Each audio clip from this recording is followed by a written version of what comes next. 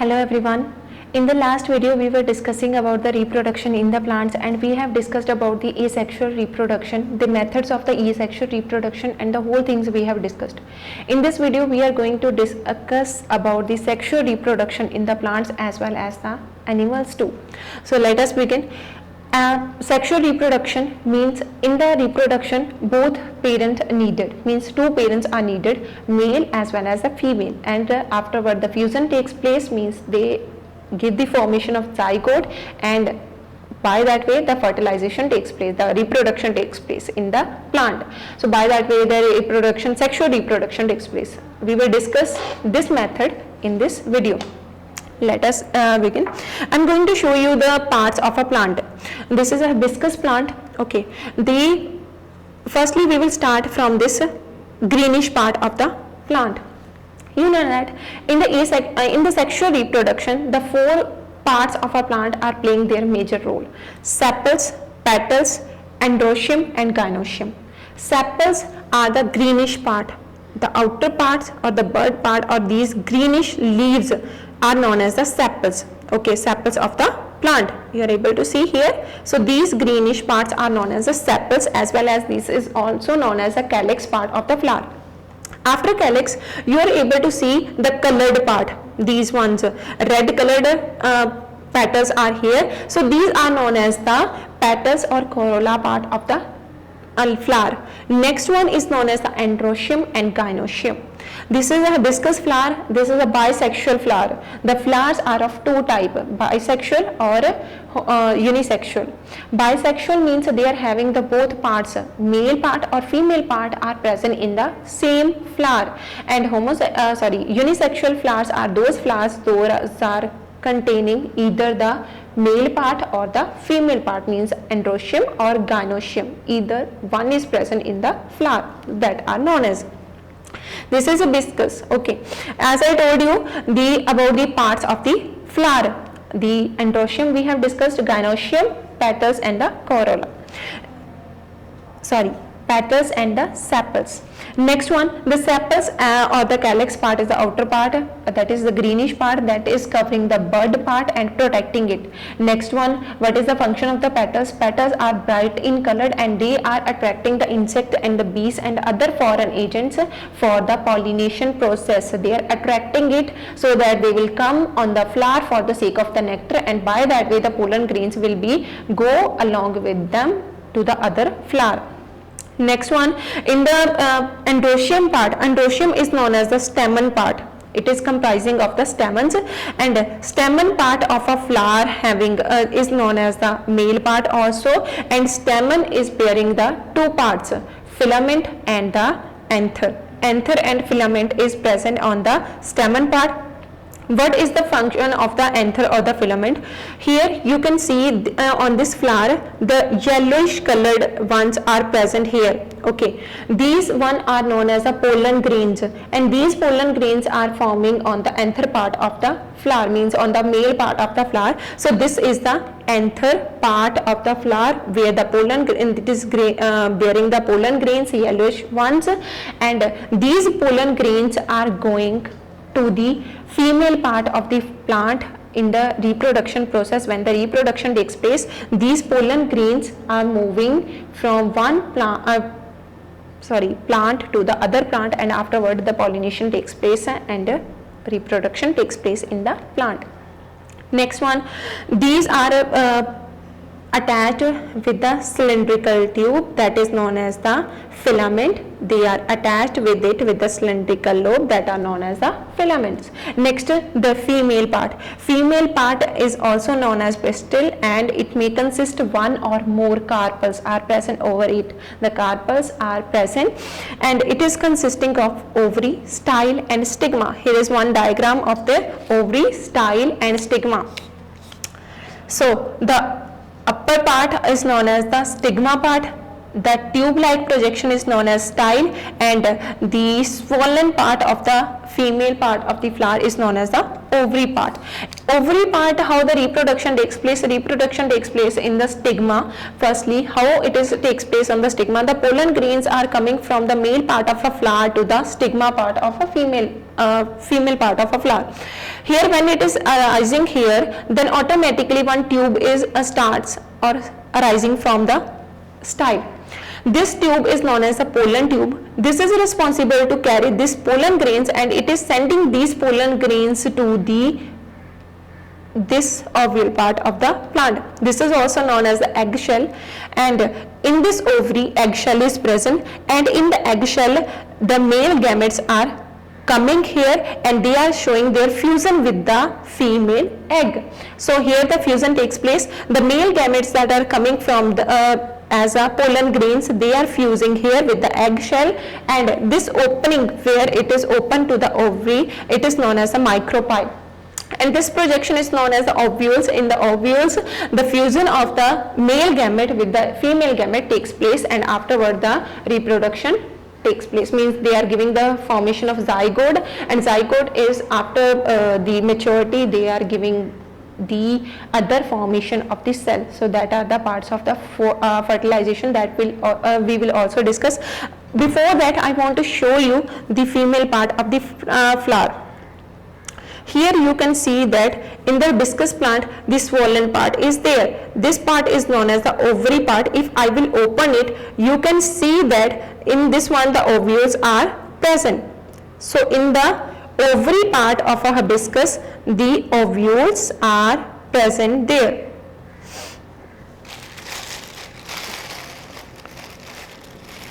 I have already opened it one part. Here you can see the ovules are present in it. You take one hibiscus flower. If that is not clear to you in this video, take one hibiscus flower and do this activity at the home. Try to open this bud part from the end, and when you will open it, you will see the little beads in it that are known as ovules that are present in the ovary part of the flower. So next one we are going to discuss about the pollination process. Pollination, before starting the pollination process, I have already told you about the unisexual and the bisexual flowers. Unisexual flowers are those flowers those are containing either pistil part of a flower or the stamen part of the flower. Means they are either containing androecium or gynoecium in a single flower. Next one, bisexual flowers are those flowers those are containing the both parts of the flower. Means male part and female part is present in the same flower. Hibiscus is a flower in which both parts are present, male as well as female in a single flower. So next one, pollination process. Pollination, now what do you mean by pollination? When these pollen grains are transferring from the anther to stigma part of a flower, that is known as the pollination process. Means when the transfer of the pollen grains from the male part of a flower to the female part of a flower takes place, that process is known as the pollination process. Pollination process takes place by the flower itself as well as by the insect also. So pollination is of two types, self-pollination and the cross-pollination. As I told you, when the plant shows the pollination by itself, means both the part means female as well as the male part is present in a same flower, then automatically that male part will give out or will fall off their pollen grains to that flower, and the female part will get that pollen grains easily and the pollination takes place there. So that is known as self-pollination. The plant itself, the flower itself shows that pollination, that is a self-pollination. Next one is known as the cross-pollination. Cross-pollination takes place when the pollination takes place by some other agents. Means that pollination takes place in the unisexual flowers. Those flowers do not have the both part in the same flower. In that flowers this pollination takes place, so that is known as a cross pollination. Cross pollination is of having other types also: water pollination, wind pollination, insect pollination and artificial pollination. Firstly we will discuss about the wind pollination and anemophily. Now what do you mean by wind pollination or anemophily?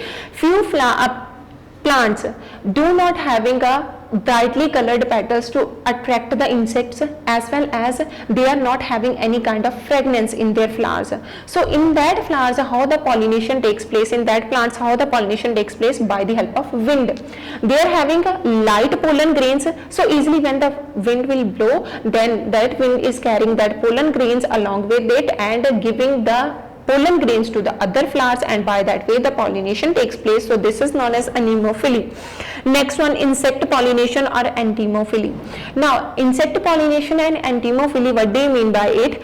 In this ones, the flowers of these plants are bright in color as well as they are having fragrance and nectar too, so that they are able to attract the bees, they are able to attract the insects. Here hibiscus also having a bright colored petals to attract the insects and the other bees for the pollination process. If I will show you the rose flower, rose also having a bright colored petals too for the insect attraction. Okay, so these flowers having a attracted petals for the pollination process, so the bees are totally attracted toward it, and afterward when they are coming on the flower for the sake of nectar and by the fragrance, they are taking the nectar from the flower, and along with their beak the pollen grains are sticking, and when they are going to the other plant for the sake of nectar, then definitely they are giving or they are transferring that pollen grains to the other flower. By that way the pollination takes place. So by this way the pollination takes place with the help of insects and the other birds. Next, water pollination and hydrophily. Now what do you mean by water pollination? Hydra or the Vallisneria, few plants are there that plants do not having that kind of colored flowers as well as they are not having any kind of fragrance. Then in that flowers what is happening, they are leaving their pollen grains easily to the water, and when water is flowing, that water is giving that pollen grains to the other plants easily, and by that way the pollination takes place. So Hydra and in the Vallisneria, by this way the pollination takes place. Next one, we are going to discuss about the artificial pollination. Now students, the pollination takes place with the help of wind, insect or even the water pollination. Again same kind of species we are getting from that kind of pollination. If the rose plant or if suppose that if rose plant is there, the pollen grains of a rose plant is going to the other, but that is not happening. Rose is showing the self pollination because they are having the both parts in the same flower. Rose is having rose is a bisexual flower. Okay, I had only given you an example. Suppose that their pollen grains are going to the other plant, then what is happening, we will get the same kind of flower from that pollen grains. But if we want any kind of variety in the flowers, then the artificial pollination takes place there. What do you mean by artificial pollination? We are covering the female part of a flower, and afterward what we are doing, we are taking the male part of the flower, we are taking care of it, and when the pollen grains mature, then according to our wish we are giving that pollen grains to the female part of the flower.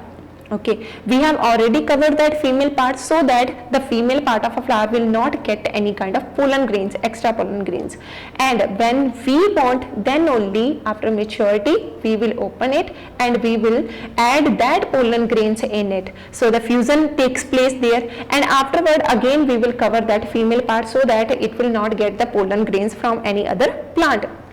By that way we have added the pollen grains in the female part of a plant according to our wish. So we will get the flowers and the fruits also according to our wishes. That is known as artificial pollination, and this is a new process, as well as this is also known as the hybridization. By this way we are hybriding the flowers, that's why we are getting the black colored flower rose and the other variety of new flowers too by the hybridization process. And the new variety of plant is known as a hybrid plant, and the process is known as a hybridization. So by the artificial means, by ourselves we are doing that pollination. So that is known as a artificial pollination and the hybridization. Next we are going to discuss about the fertilization now, students. Now what do you mean by fertilization? Now the pollen grains have already reached on the female part of a flower. Here you have seen that the pollen grains reached on the stigma part of a flower. Then what is happening? These pollen grains are going to the egg shell of a flower with the help of this pollen tube, and here in the egg shell male gametes are already present. When this female gamete, means these pollen grains, will enter with the help of micropyle in it, then definitely they will fuse with each other, and here the fusion takes place. After this fusion, they will give the formation of zygote. They are the male and the female gamete will fuse with each other, and they are giving the formation of zygote, and this process is known as a fertilization process, fusion of male and female gamete. So that is the fertilization process. Next, post fertilization changes. After this fertilization process, what kind of changes are coming in a plant? The ovules, as I told you, when you will try to cut that lower end of the hibiscus flower, you will see a seed like appearance in that, that is known as the ovules. Ovules after fertilization gives rise to the seed of a new plant, means they are forming the seeds of a new plant. Zygote grow into the embryo, means here the zygote formation is there. Zygote is giving formation of embryo, and ovary forms the fruit. This will turn into a fruit of a flower, and rest part of the plant are shrivel off and they will fall down. They will not remain with the plant, and by that way the pollination takes place, and these are the changes that takes place after the fertilization process. Ovule is converting into seeds, ovary into fruit, and zygote formation into the embryo. Next, in the embryo, now what do you mean by embryo?